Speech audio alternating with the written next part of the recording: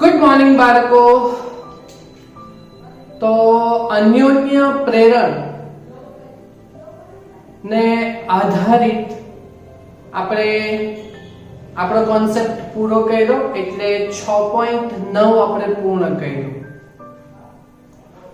અને હવે આપણા પ્રકરણનું લાસ્ટ ટોપિક છે એસી જનરેટર.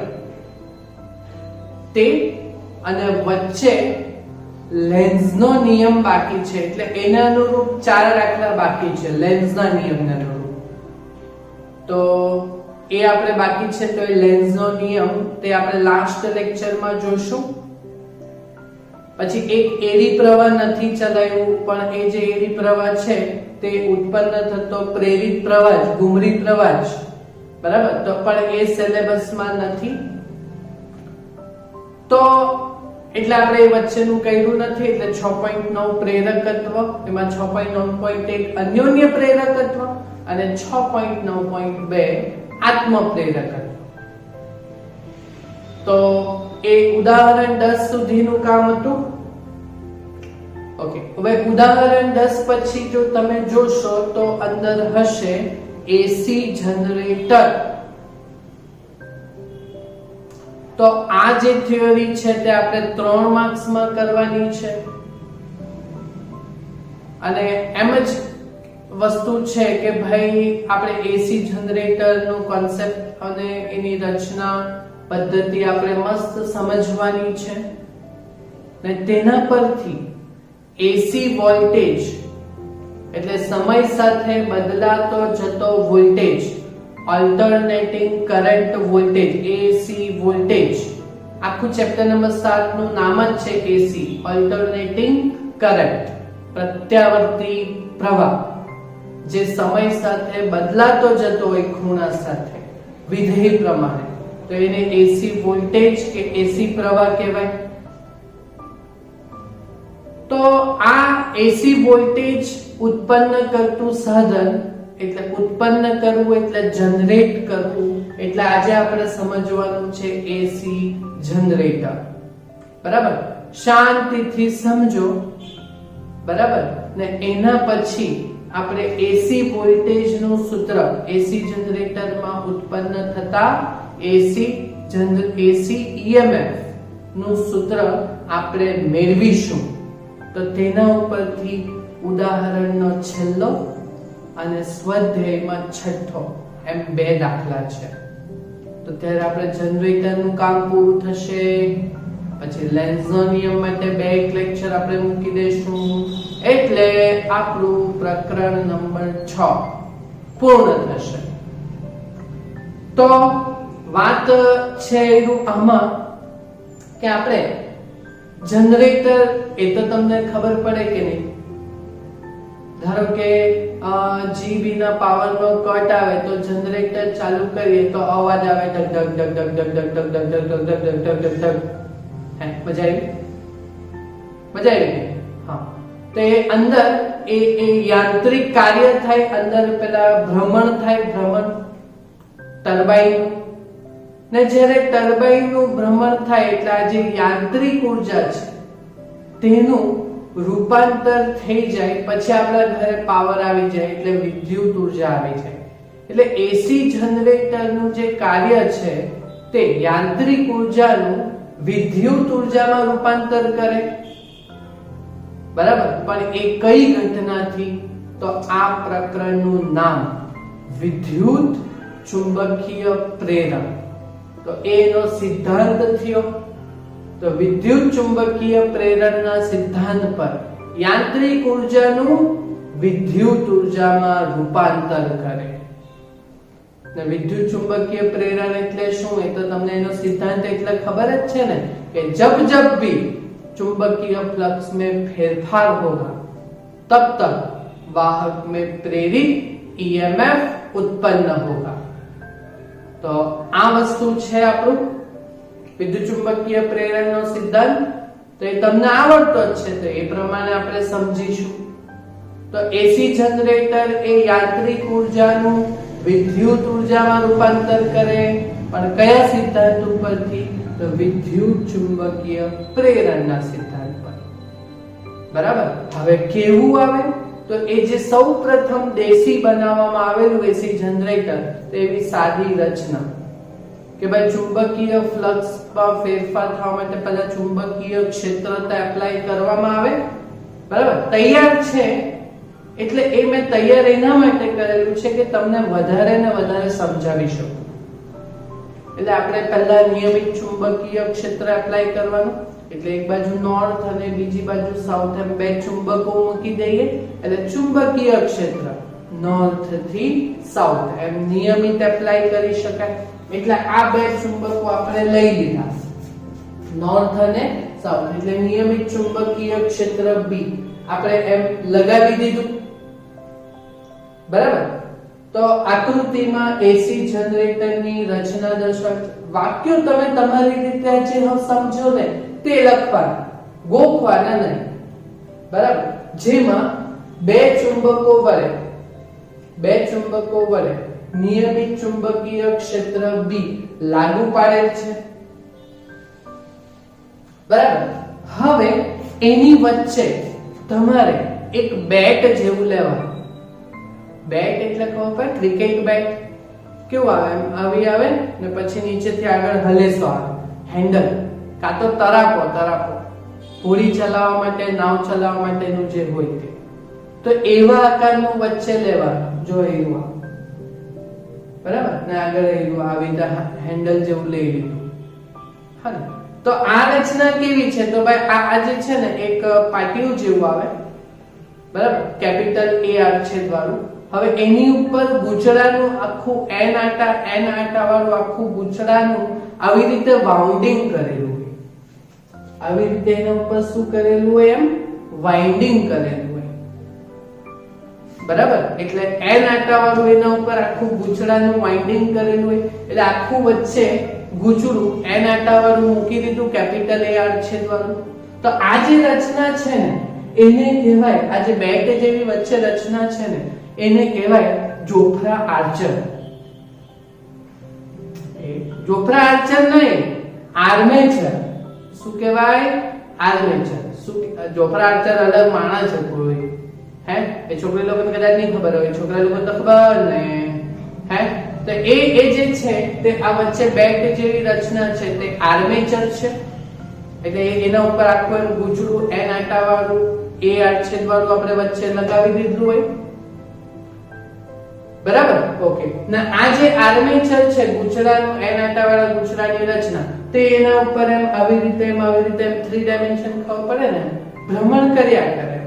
એટલે એની ધરી ઉપર પોતાની ધરી ઉપર એમ ભ્રમણ કરે એટલે એનો વેગ કોણીય ઝડપ હોય એટલે ઓમેગા જેટલા કોણીય વેગથી ભ્રમણ કરશે.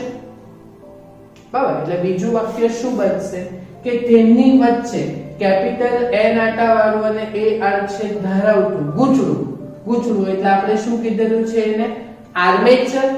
તે આર્મેચર મૂકેલ છે જે તેની ધરી ઉપર ઓમેગા જેટલી કોણીય ઝડપથી ભ્રમણ કરે છે. બરાબર. હવે આપણો સીધો સાધો કોન્સેપ્ટ કે ભાઈ આ એમ કોણીય ઝડપથી ભ્રમણ કરે એટલે અત્યારે બી તો એમ જ છે. બરાબર. અને આવી રીતે છે આ ગૂંચળું તો એનો ક્ષેત્રફળનો સદિશ એટલે આવી રીતે સમતલને લંબ એમ તો બી એમ છે ક્ષેત્રફળ એમ છે 90 ડિગ્રીનો ખૂણો. બરાબર. એટલે અત્યારે ફ્લક્સ ફાઈ બરાબર 12 cos થીટા તો થીટા બરાબર તો 90 બી અને એ વચ્ચેનો ખૂણો. તો અત્યારે ફ્લક્સ 0 છે. બરાબર. હવે જ્યારે ભ્રમણ કરવાનું ચાલુ કરશે એટલે ક્ષેત્રફળનો સદિશ એમ છે અત્યારે હવે આ ભ્રમણ કરવાનું ચાલુ થશે. બરાબર. એટલે આ ખૂણો 90 ડિગ્રી પછી આવ્યું પાછું ભ્રમણ કરવાનું ચાલુ કરશે એટલે ક્ષેત્રફળનો સદિશ બદલાશે. બરાબર. ને એમ ભ્રમણ કરવાનું ચાલુ કરશે એટલે ક્ષેત્રફળનો સદિશ બદલાશે. ને ક્ષેત્રફળનો સદિશ બદલાય એટલે ફ્લક્સ બદલાય અને ફ્લક્સ બદલાય તો વાહકોના ગૂંચળામાં પ્રેરિત પ્રવાહ કે પ્રેરિત ઈએમએફ ઉત્પન્ન થાય. તો એ આપણી હવે ઘટના જે આપણી ઘીસેલી પીટેલી છે પહેલેથી તે આપણે છાપવાની. તો શું લખવાનું? તો જ્યારે આર્મેચરને ભ્રમણ કરાવવામાં ત્યારે તેની સાથે સંકળાયેલા ચુંબકીય ફ્લક્સમાં શું થાય છે? ફેરફાર થાય છે, બરાબર? એટલે આથી ગૂંચળામાં શું ઉત્પન્ન થાય છે? પ્રેરિત પ્રવાહ ઉત્પન્ન થાય. તો આ જે પેલો પ્રેરિત પ્રવાહ ઉત્પન્ન થવાનો તે આ કોના બે છેડા વચ્ચે મળવાનું? આ પ્રેરિત પ્રવાહ આ જે છેડા ઉપર જે જોજો આ પાના જેવી રચના છે, પાના ખબર પડે ને, પેલો સ્ક્રૂ ખોલવા માટે આપણી પાસે પાના આવે ને, તો આ પાના જેવી રચના છે. જો છે બેટની ઉપર, બેટના હેન્ડલ પર દેખાય છે. ઓકે, તો A1 અને A2 તો આ બે શું છે? Slip ring. એટલે જ્યારે આર્મેચર ભ્રમણ કરે ત્યારે તેની સાથે સંકળાયેલા ચુંબકીય ફ્લક્સમાં શું થાય? ફેરફાર થાય.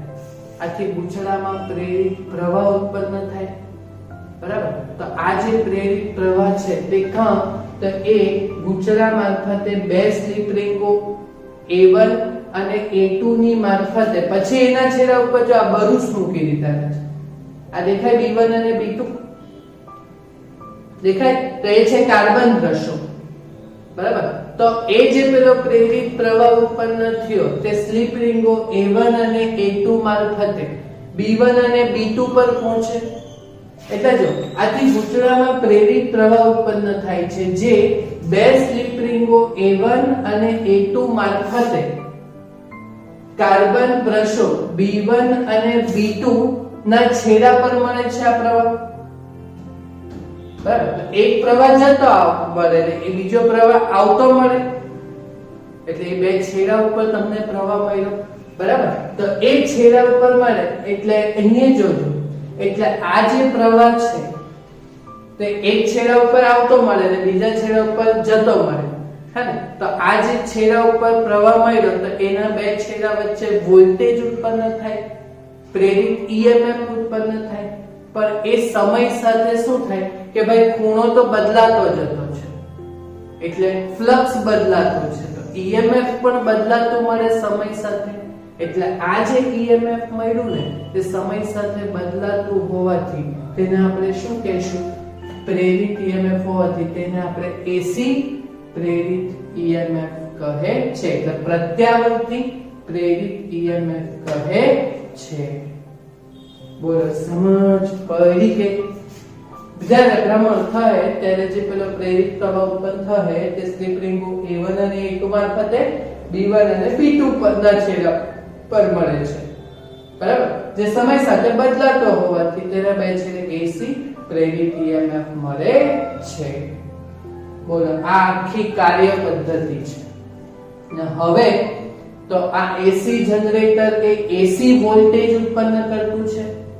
આ વોલ્ટેજ નું સૂત્ર, AC EMF નું સૂત્ર એ ફેરેડેનો નિયમ, આપણા ચેપ્ટર નો જે મેઇન છે તે ફ્લક્સમાં થતું ફેરફારનો દર, એટલે ફ્લક્સના વિકલનથી થશે. તો પહેલા ચુંબકીય ફ્લક્સ નું સૂત્ર તો લાવીએ ને આપણે, બરાબર? તો અહીં પહેલા એટલે હવે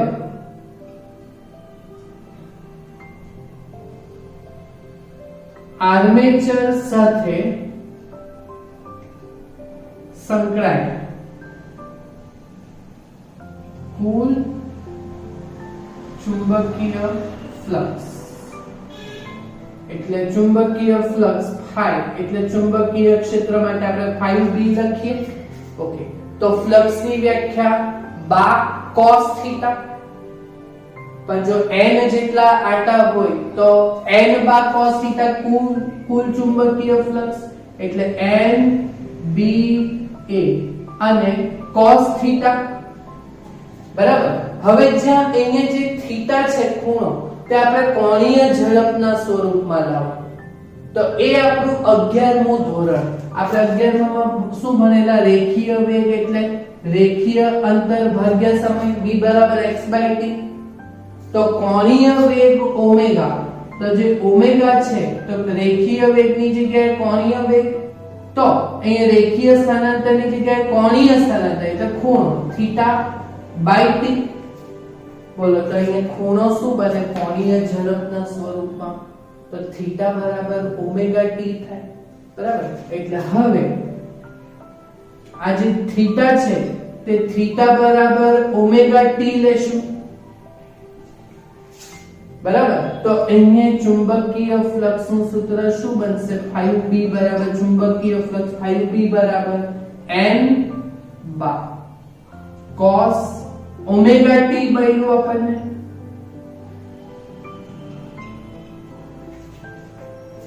તો આ ફ્લક્સ નું સૂત્ર થઈ ગયું t સમયે, બરાબર. ઓકે, તો હવે આપણે પ્રેરિત EMF નું સૂત્ર મેળવવાનું છે ને. ઓકે, તો ફેરેડેના નિયમથી થશે ને. તો ભાઈ ફેરેડેના નિયમ મુજબ, તો ભાઈ ફેરેડેનો નિયમ શું કે ભાઈ પ્રેરિત EMF એટલે E એપ્સિલોન બરાબર minus of d phi by dt, એટલે ચુંબકીય ફ્લક્સ નું વિકલન થી મળશે આપણને. આબુ શીખવાડું છું. ઓકે, તો એ ચુંબકીય ફ્લક્સ ના વિકલન થી મળશે આપણને. ઓકે, અને એટલે EMF E બરાબર માઈનસ લેવું હોય તો લેવાની, લે તો કઈ, એટલે વિકલન n by cos omega t.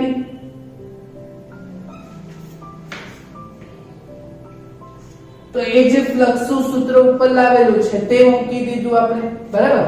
એટલે માટે પ્રેરિત EMF E બરાબર n b અને a તો અચળ, બરાબર, ને આગળ માઈનસ તો છે જ. ઓકે, એટલે ddt of cos omega t, ddt of cos omega t થશે, બરાબર.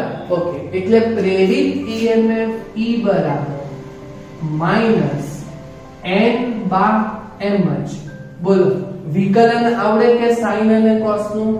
વિકલન સાઈન હોય તો કોસ થાય અને કોસ હોય તો માઈનસ સાઈન થાય. તો અહીંયા કયું વિધેય છે? કોસ. તો કોસ વિધેયનું વિકલન માઈનસ સાઈન, તો માઈનસ સાઈન ઓમેગા ટી. આ બધું આપણે ડોલનોમાં ભણેલા છે, છેલ્લા બે ચેપ્ટર જે ભણેલા ને 11માં, ડોલનો અને તરંગો. તો આમાં બધું આવેલું. આમાં એક ભૂલ પડે તમારી કે કોસ નું વિકલન તે માઈનસ સાઈન બરાબર, પણ કોની સાપેક્ષે વિકલન કર્યું? કોની સાપેક્ષે વિકલન કર્યું? તો t સાપેક્ષે કર્યું. તો t સાથે જે ગુણાયેલો હોય તે આગળ ગુણાય વિકલનમાં. તો t સાથે આગળ કેટલો ગુણાયેલો છે? ઓમેગા. તો આ ઓમેગા ભૂલવાનું નહીં, એટલે આપણે જો અલગ કલર થી કર્યું, બરાબર. એટલે જોઈ લો, પ્રેરિત EMF નું સૂત્ર અહીંયા શું બન્યું? તો E બરાબર n by w, minus minus તો પ્લસ થઈ જશે, એટલે n by w sin omega t, બરાબર. તો આ જે વેલ્યુ છે તે આપણું પેલું ડોલનોમાં જોઈલું કે નહીં, તરંગોમાં જોઈલું કે નહીં, y બરાબર a sin omega t plus થાય. તો સ્થાનાંતર y બરાબર આગળ a એટલે કંપ વિસ્તાર, સ્થાનાંતરની મહત્તમ વેલ્યુ, બરાબર. અને પછી પેલો વિધેય હતો, તો અહીંયા બીજો એ વાત છે ને, E બરાબર આ કઈ તેનો આખા કંપ વિસ્તાર કહેવાશે વોલ્ટેજનો. ઓકે, અને આ સાઈન વિધેય છે, બરાબર. તો જ્યાં n બાય w જે છે, જ્યાં આ n બાય w જે છે એને કહેશું EM, બરાબર. એટલે મહત્તમ પ્રેરિત EMF, એટલે આપણે એને કહેશું n બાય w એ આગળનો કંપ વિસ્તાર કહેવાય, બરાબર. એટલે આપણું આ EMF નું સૂત્ર શું આવશે? E બરાબર EM sin ઓમેગા t. જોયું કે આવ્યું? બરાબર. તો જોઈ લો, આ EMF એ સાઈન વિધેય પર આધારિત છે, જે સમય સાથે બદલાતું જતું છે, બરાબર.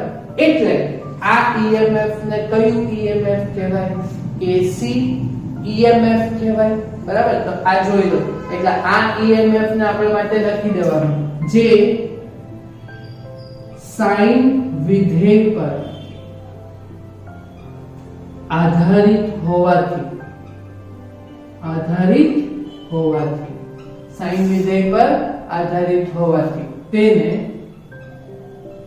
એસી પ્રેરિત EMF કહે છે. એટલે કે ભાઈ આ એસી વોલ્ટેજ કહેવાય. આ એસી વોલ્ટેજ નું સૂત્ર છે. બોલો સમજ પડી આ વસ્તુ? ઓકે. ને આ જે એસી જનરેટર છે એના બહુ બધા પ્રકાર આવે. તો એ તમે જ્યારે છેલ્લો પેરેગ્રાફ જોશો ને, છેલ્લો પેરેગ્રાફ, આટલી 3 માર્ક્સની થિયરી છે, આટલું જ કરવાનું છે. પણ છેલ્લો પેરેગ્રાફ જોશો ને તો તમને 3 પ્રકારના જનરેટર મળશે. પહેલું તો જે આપણા ત્યાં જે પાવર આવતો છે તે ઉકાઈ ડેમ પરથી આવતો છે, કાકરાપાર. ને ત્યાં જે પાવર જનરેટ કરતા છે, વોલ્ટેજ જે જનરેટ કરતા છે એસી વોલ્ટેજ, તે કેવી રીતે કરતા છે?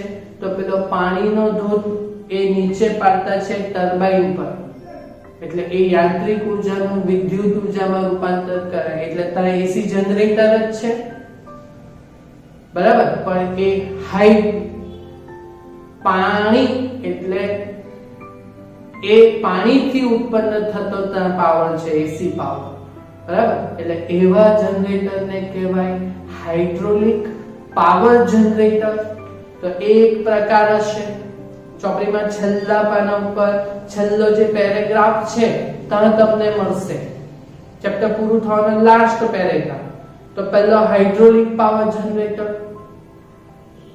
બરાબર. ઓકે. પછી બીજું, તો પછી ભાઈ બીજું તો ભાઈ કોલસા કે એવા કોઈ ખનીજને જો તમે ગરમ કરો, બરાબર, તો એ ગરમ થઈને પછી એ ટર્બાઇનને ફેરવે વરાળથી, તો એવા જે પાવર જનરેટર છે તો એ થર્મલ પાવર જનરેટર થાય, બરાબર. અને ત્રીજું તો આપણા ગુજરાતમાં તારાપુર ખાતે આવેલું છે, ન્યુક્લિયર વિખંડન પ્રક્રિયાથી પેલું ટર્બાઇન ફેરવે, ઉર્જા મેળવે, તો એ આપણું ન્યુક્લિયર રિએક્ટર, જ્યાંથી આપણને ઉર્જા મળતી છે. તો એમાં યુરેનિયમ, થોરિયમ જેવા રેડિયોએક્ટિવ તત્વો ન્યુક્લિયર વિખંડનની પ્રક્રિયાથી ત્યાં ઉર્જા મેળવીને ટર્બાઇન ફેરવતા છે. તો એવા જે છે તે આપણા કહેવાશે ન્યુક્લિયર પાવર જનરેટર્સ, બરાબર. ને આ જે એસી વોલ્ટેજ જે છે, એસી પ્રવાહ જે છે, એસી વોલ્ટેજ V બરાબર Vm sin ઓમેગા ti નું સાઇન વિધેય પર આધારિત, બરાબર. તો આ લોકોને આવૃત્તિ હોય, કોની આવૃત્તિ? એટલે ઓમેગા હોય. તો ભારત દેશમાં જે આ કરંટ અને વોલ્ટેજ છે, તો આ જે પ્રવાહની જે આવૃત્તિ છે તે 50 હર્ટ્ઝ છે.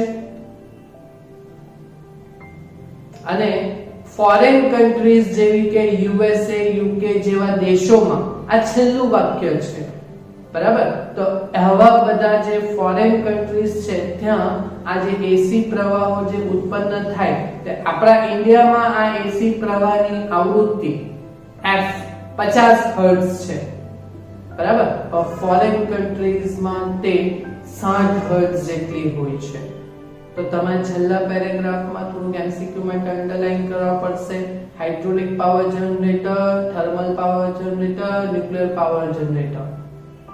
અને છેલ્લું, ભારત દેશમાં એસી પ્રવાહની આવૃત્તિ 50 હર્ટ્ઝ અને USA જેવા દેશોમાં એ 60 હર્ટ્ઝ જેટલી છે. ક્લિયર? તો આ વોલ્ટેજ, એસી વોલ્ટેજ નું સૂત્ર છે તે આપણે યાદ રાખીશું. એમાં મહત્તમ પ્રેરિત EMF N/W, એના ઉપરથી ઉદાહરણનો છેલ્લો અને સ્વાધ્યાયનો છઠ્ઠો તે આપણે લાસ્ટ લેક્ચર, નેક્સ્ટ લેક્ચરમાં કરીશું.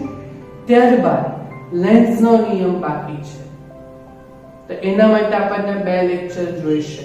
તો એ બધું કામ આપણે આગળ વધારીશું. એટલે આ મહિનાના અંતમાં આપણે પ્રકરણ 6 પૂરું થઈ જશે. ક્લિયર? હશે કામ આટલું? હશે ને? તો આટલું કામ તમે પૂર્ણ કરજો. એટલે નેક્સ્ટ લેક્ચરમાં આના 2 દાખલા આપણે સોલ્વ કરી લેશું. Clear? Thank you very much.